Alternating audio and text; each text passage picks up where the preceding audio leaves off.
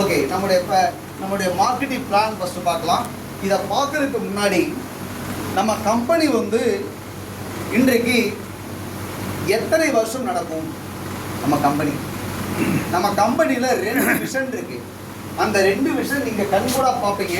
ஒன்று departmental store, 2வது bank.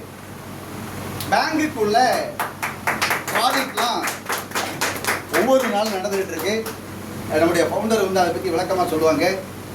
இப்போ டெல்லிக்கு அவங்களுக்கு அழைப்பு வந்திருக்கு, ஆர்பிஐ போகிறாங்க, அதற்கான ப்ராசஸ் நடந்துகிட்டு இருக்கு. டியர் ஃப்ரெண்ட்ஸ், அப்போது இந்த கெட்பி இந்த குழுவில் ஒரு பேங்க் இருக்குன்னா அந்த பேங்க் எவ்வளோ காலம் நடத்துவாங்க? தலைமுறைக்கு. உண்மைதானா? ஒரு டிபார்ட்மெண்ட் ஸ்டோர் இருக்கு.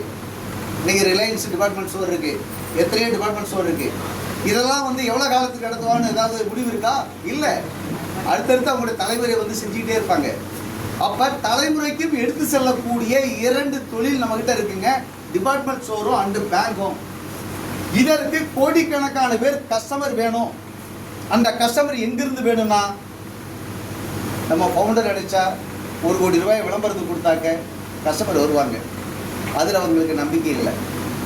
அதெல்லாம் வந்து ஒரு பொய்யான கஸ்டமர். இன்னைக்கு இங்கே இருப்பாங்க, நாளைக்கு அங்கே போவாங்க. நிலையான கஸ்டமர் எங்கே இருக்காங்க? நெட்வொர்க் மார்க்கெட்டிங்கில் தான் இருக்காங்க. அப்போ நெட்வொர்க் மார்க்கெட்டிங் மூலமாக தான் வேணும் அப்படிங்கிறதுக்காக உருவாக்கப்பட்டது நண்பர்களே. டியர் ஃப்ரெண்ட்ஸ், டிசம்பருக்குள்ளே 1 கோடி ரூபாய் வந்தே தீர்வாங்க. இந்தியா ஃபுல்லாக சேலஞ்சு. அந்த 1 கோடி பேரில் நீங்கள் எத்தனாவது ஆளாக இருக்கீங்கிறது ரொம்ப முக்கியம். ஆனால் இப்போ 1000க்குள்ளே நீங்கள் இருக்கீங்க. இந்த 1000க்குள்ளே இருந்துக்கிட்டே 100ல் ஒருத்தரா 10ல் ஒருத்தரா வர்றதுக்குள்ள வாய்ப்பு இருக்கு. டியர் ஃப்ரெண்ட்ஸ், நான் சொல்லக்கூடியதில் முக்கியமான விஷயம் இருக்குது. ஏன்னா நம்முடைய ஃபவுண்டர் கேட்டிருக்காங்க, தமிழ்நாடு முழுவதும் 50 நபர்கள் கம்பெனிக்கு ஃபவுண்டர் மெம்பராக வேணும், மீதமுள்ள இன்னொரு 50 பேர் இந்தியா முழுவதும் வேணும் கேட்டிருக்காங்க. அந்த 50 பேரில் இங்கே யாரெல்லாம் தயார்? முதல்ல மனதளவில் தயாராகுங்க.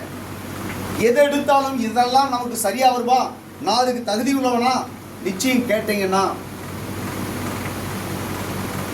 இன்னும் நீங்கள் எந்த உலகத்தில் இருக்கீங்கிறதான் கேள்வி.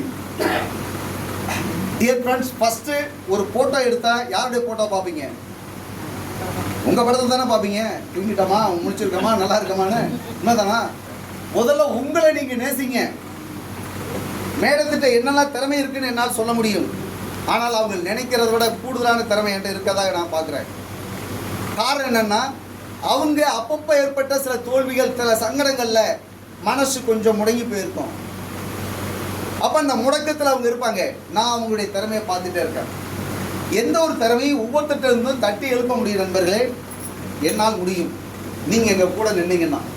Okay dear friends, okay. இப்போ ஃபஸ்ட்டு மார்க்கெட்டிங் பிளான் பார்ப்போம். இந்த பிளான்ல இருந்து நாம் எப்படி ஏர்ன் பண்ணலாம் அப்படிங்கிறத ஃபஸ்ட்டு பார்க்கலாம். இப்போது கம்பெனியில் நாம் செய்யக்கூடிய ஃபஸ்ட்டு முதலீடு பாருங்கள், $50 ரூபா மதிப்பில் வந்து 5000 ரூபாங்க. இப்போ 5000 ரூபாயில் 5000 கோடி சம்பாதிக்கலாம் அப்படின்னா நிச்சயம் எல்லாருடைய மைண்ட்லையும் போய் நுழைஞ்சிருக்காது. உண்மைதானா? யாருக்காவது நுழைஞ்சதா? யாருக்கு நுழைஞ்சதுன்னு சொல்லுங்க. வாவ், நல்ல ஒரு பாராட்டு கொடுக்கலாம்.